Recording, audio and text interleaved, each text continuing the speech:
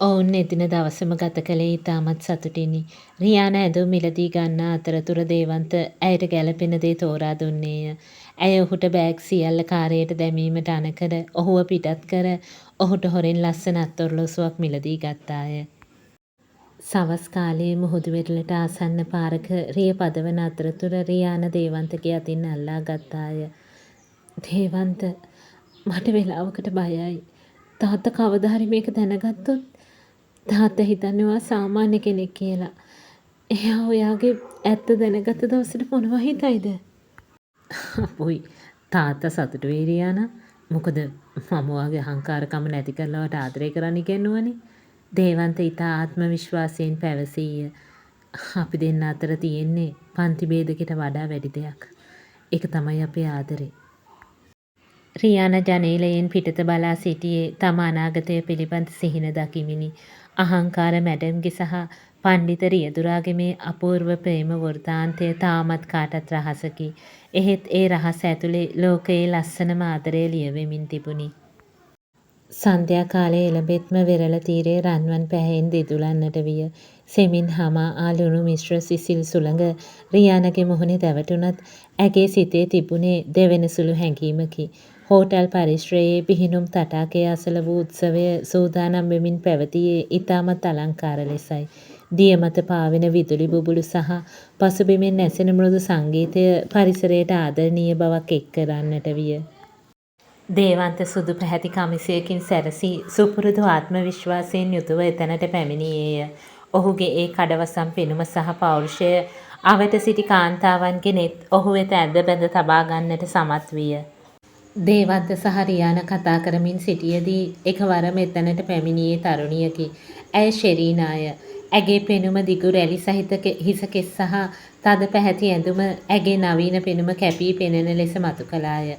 ඇය රියානව නොදුටු ගානට දේවන්ත දෙසටම හැරුණාය. හායි දේවන්ත, කොච්චර කාලෙකට පස්සේද අපි හම්බ වුණේ? ඇය ඉතාමත් ලෙන්ගත ස්වරයෙන් පවසමින් දේවන්තගේ අතකට අත තබා සුහද වන්නට උත්සාහ කළාය. ඔයා තාමත් ඉස්සර වගේමයි, කිසිම වෙනසක් නැහැ.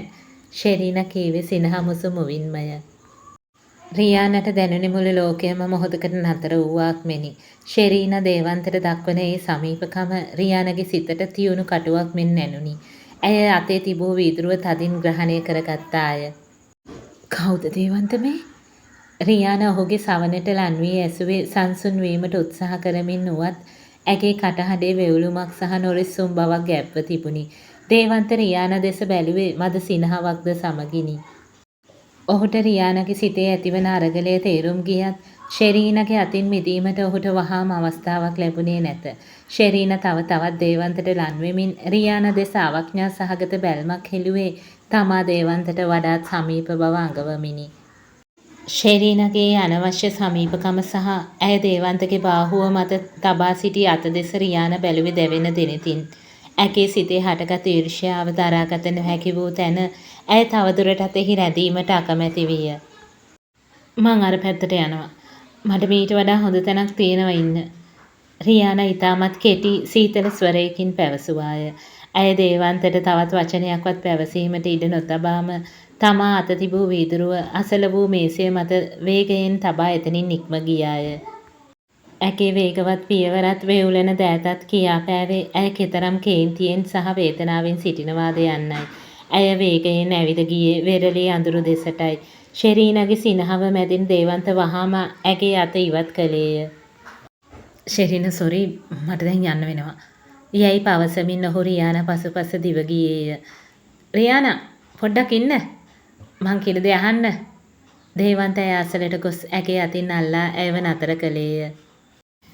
මොනවද අහන්න තියෙන්නේ දේවන්ත? ඔයා එයා එක්ක හරිම සතුටින් හිටියා නේද? මං එතන ඉන්නේ කොහලට බාධාවක් වුණා නම් මට කලින් කියන්න තිබුණානේ. රියාන හැරී බැලුවේ කඳුළු පිරුණු දෙනෙතින්. දේවන්ත ඇගේ දෑතම තදින් අල්ලා ගත්තේය.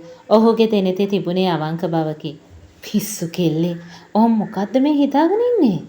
ඔහු ඉතාමත් මෘදු හඬින් ඇගෙන් ඇසුවේය. ශෙරීන කියන්නේ මගේ ඉස්කෝලේ කාලේ යාළුවෙක් විතරයි. එයාගේ හැසිරීම ඉස්සරත් එහෙමයි. හැබැයි මට වැදගත් වෙන්නේ ඔයා විතරයි කියලා දන්නව නේද? දේවන්ත ඇගේ නළලත සිප ගනිමින් ඔයා මේ තරම් ඊර්ෂ්‍යා කරද්දී මට තේරෙනවා මට කොච්චර ආදරේද කියලා. හැබැයි මගේ ලෝකේ ඉන්නවා විතරයි රියානා. වෙන කාටවත් එතනට එන්න මම ඉඩ දෙන්නේ නැහැ. යයි පැවසුවේ ඇගේ සිතේ තිබූ සියලු සැකයන් දුරු කරමිනි. ශෙරීන යනු ලෙහෙසියෙන් පරාජය පිළිගන්නා තැනැත්තියක නොවන බව ඇගේ දෑස්වල වූ කපටිකමින්ම පැහැදිලි විය. දේවන්ත රියානා පසුපස යන අයුරු දෙස ඇය බලා සිටි නුරුස්සන සහගත මද සිනහවක්ද මුවග තබාගෙනයි. දේවන්ත රියානගේ සිත සනසා ඇයවත් කැටුව නැවතත් උත්සවය පැවති දෙසට පැමිණෙමින් සිටියේය. රියානගේ මුහුණේ තවමත් යම් නොසන්සුන් බවක් ඉතිරිව තිබුණත් දේවන්තගේ ආදරණීය වදන් හමුවේ ඇය මදක් මෘදු වී සිටියාය. එක්වරම ශෙරීන කලබලයෙන් මෙන්න ඔවුන් ඉදිරියට දිවාවාය. ඇගේ මුහුණේ තිබුණේ මවාගත් බියක් සහ වේදනාවකි. දේවන්ත අනේ පොඩ්ඩක් එන්නකෝ ඇය හතිලමින් පැවසුවාය. දේවන්ත පුදුමයෙන් ඇය දෙස බැලුවේය. ඇයි ශෙරීන මොකද උනේ? මගේ කාර් එකේ අතුර එක කොහේ හරි වැටිලා. මම හැමතැනම හෙව්ව හම්බුනේ නැහැ.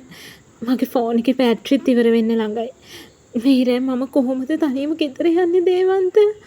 ඇය ඊටමත් අසරණ ස්වරයකින් පවසමින් දේවන්තගේ අතේ ඉල්ලුණාය. දේවන්ත ඔයාට පුළුවන් ද මාව පොඩ්ඩක් ගෙදරට ඇරලවන්න? මට හරි බයයි මේ වෙලාවේ. ශෙරීන එසේ පවසන අතරතුර රියාන දෙස බැලුවේ ඊටමත් සියුම් ජයග්‍රාහී බැල්මකිනි. ඇයට අවශ්‍ය වූයේ දේවන්තව රියානගෙන් වෙන්කර තමා සන්තක කර ගැනීමටයි. රියානට මේ සියල්ල රඟපෑමක් බව වැටහෙන්නට වැඩි වෙලාවක් ගියේ නැත. ඇගේ දැස් නැවතත් රතු විය. ඔවුන්ගේ සම්බන්ධය හරි හැටි නොදැන සිටියද ශෙරීන දේවන්තව Tamanගෙන් ඈත් කිරීමට උත්සාහ කරන බව ඇයට තේරුණි. දේවන්තට බැරි නම් මම කායකක් ලෑස්ති කරලා දෙන්නම් ශෙරීන. රියානා ඉදිරියට පියවරක් තබමින් පැවසුවාය. නමුත් ශෙරීන එය ගණනකටවත් ගත්තේ නැත. නැහැදිය මම මේ වගේ වෙලාවක නොදන්න අය කියන්න බයයි.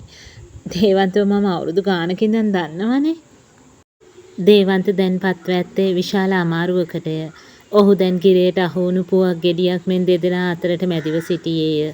එක් පැත්තකින් තම පැරණි මිතුරියගේ අසරණකමයි, අනෙක් පැත්තෙන් තමාගේ පණවන් රියානගේ තරහවයි. දේවන්තගේ හිතේ තිබුණේ අවංක කාරණාවකි.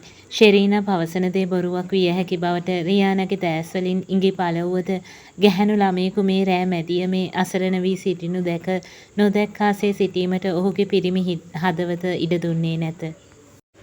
හරි ශෙරීන, කලබල වෙන්න එපා, මම ඔහව ඇරලවන්නම්. දේවන්ත පැවසුවේ රියාන දෙස බලාපොරොත්තු සහගත බැල්මක් හෙළමිනි. රියානට දේවන්තගේ ඒ තීරණය හදවතට එල්ල වූ මරු පහරක් වැනි විය. ඇය බලාපොරොත්තු වූයේ ඔහු ශෙරීනගේ කපටිකම තේරුම්ගෙන ඇයව ප්‍රතික්ෂේප කරනු ඇතැයි කියාය. දේවන්ත ඔයාට ඇත්තටම තේරෙන්නේ නැද්ද මෙතන වෙන්නේ මොකක්ද කියලා? රියාන පහත් ස්වරයෙන් නමුත් දැඩිව පැවසුවාය. රියාන ප්ලීස්, මම ඉක්මනට එන්නම්. මේ වෙලාවේ යාට උදව් නොකර ඉන්න එක මනුස්සකම නෙමෙයි. දේවන්ත ඇගේ අත මිරිකමින් රහසින් පැවසුවේය. ශෙරීන තමා අසලට එන දේවන්ත දෙස බලා ජයග්‍රාහී ලෙස රියාන දෙස බැලුවාය. ඇය දේවන්තගේ මෝටර් රථයේ ඉදිරිපස අසුනට ගොඩ වූයේ රියානට රිදවීමට මෙනි. අනේ තැන්ක් යූ දේවන්ත, ඔයා නැත්තම් මම අද අනාතයි. ඇය ඊටමත් සුලලිත හඬින් පවසමින් දේවන්ත වාහනය පනගන්වන තෙක් බලා සිටියාය. රියාන එතනම ගල් ගැසී ඒ දිහා බලා සිටියාය. දේවන්තගේ රථය හෝටල් පරිශ්‍රයෙන් ඈතට ඇදී යද්දී ඇගේ දැසින් කඳුළු කැට කිහිපයක් කඩා හැලුණි. ඇයට දැනුනේ තමාට වඩා ශෙරීනට දේවන්ත සමීප වී ඇති බවකි. ඉතින් ඔයාට කොහොමද මේ දේවන්තගේ රියානගේ ආදර කතාව දැනෙන්නේ කියලා ලස්සන කමෙන්ට් එකක් ලියන්න අමතක කරන්න එපා. ඉතින් ඔයාලගේ ප්‍රතිචාර අනුව තමයි මම කතාව ලොකු දිග කොටසක් විදිහට දෙන්නේ. ඉතින් ඔයාලගේ ප්‍රතිචාර අඩු වුණොත් කතාව කෙටි වෙන්න පුළුවන්. ඒ නිසා ඔයාලගේ ප්‍රතිචාරත් එක්ක දිග කොටසක් අරන් ආයෙ හෙටත් එන්නම්. එහෙනම් හැමෝම සතුටින් පරිස්සමෙන් ආදරෙන් ඉන්න.